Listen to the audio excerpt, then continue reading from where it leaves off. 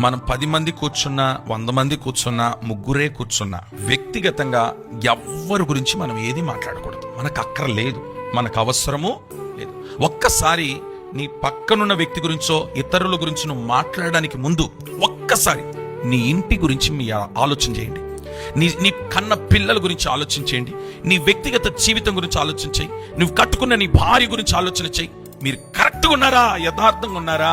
మీ మాటలు యథార్థంగా ఉన్నాయా? మీ చూపులు యథార్థంగా ఉన్నాయా? నీలో యథార్థం లేకుండా పక్కన వారి గురించి మాట్లాడుకోవాల్సిన అవసరం ఏముంది మనకి? ఆమె సంగతి తెలుసా, ఆడి సంగతి తెలుసా, ఈడి సంగతి తెలుసా అని కొండెములు ఆడుట మానే. వాళ్ళ గురించి వీళ్ళ గురించి మాట్లాడుకునుట మానే. ఇతరుల గురించి మాట్లాడుకునే ముందు వ్యక్తిగతంగా మనలను మనము పరీక్షించుకుందాం. మన స్థితి ఏంటో పరీక్షించుకుందాం. మన పరిస్థితులు ఏంటో పరీక్షించుకుందాం. మన కుటుంబ పరిస్థితి ఏంటో పరీక్షించుకుందాం. మన పిల్లల పరిస్థితి ఏంటో పరీక్షించుకుందాం. వ్యక్తిగతంగా మన ఆత్మీయ జీవితంలో ఎదుగుదల ఎంతవరకు ఎదిగినామో పరీక్షించుకొని ఆ తర్వాతనే ఏమండి ఎవరి గురించైనా మాట్లాడడానికి నువ్వు యోగ్యుడు అవుతావు. ఎవరికి ఉన్న సమస్యలు వారికి ఉంటాయి. పరిస్థితులను బట్టి, సమస్యలను బట్టి కొందరి ప్రవర్తన ఒక్కొక్క రకంగా వాళ్ళు ప్రవర్తిస్తుంటారు.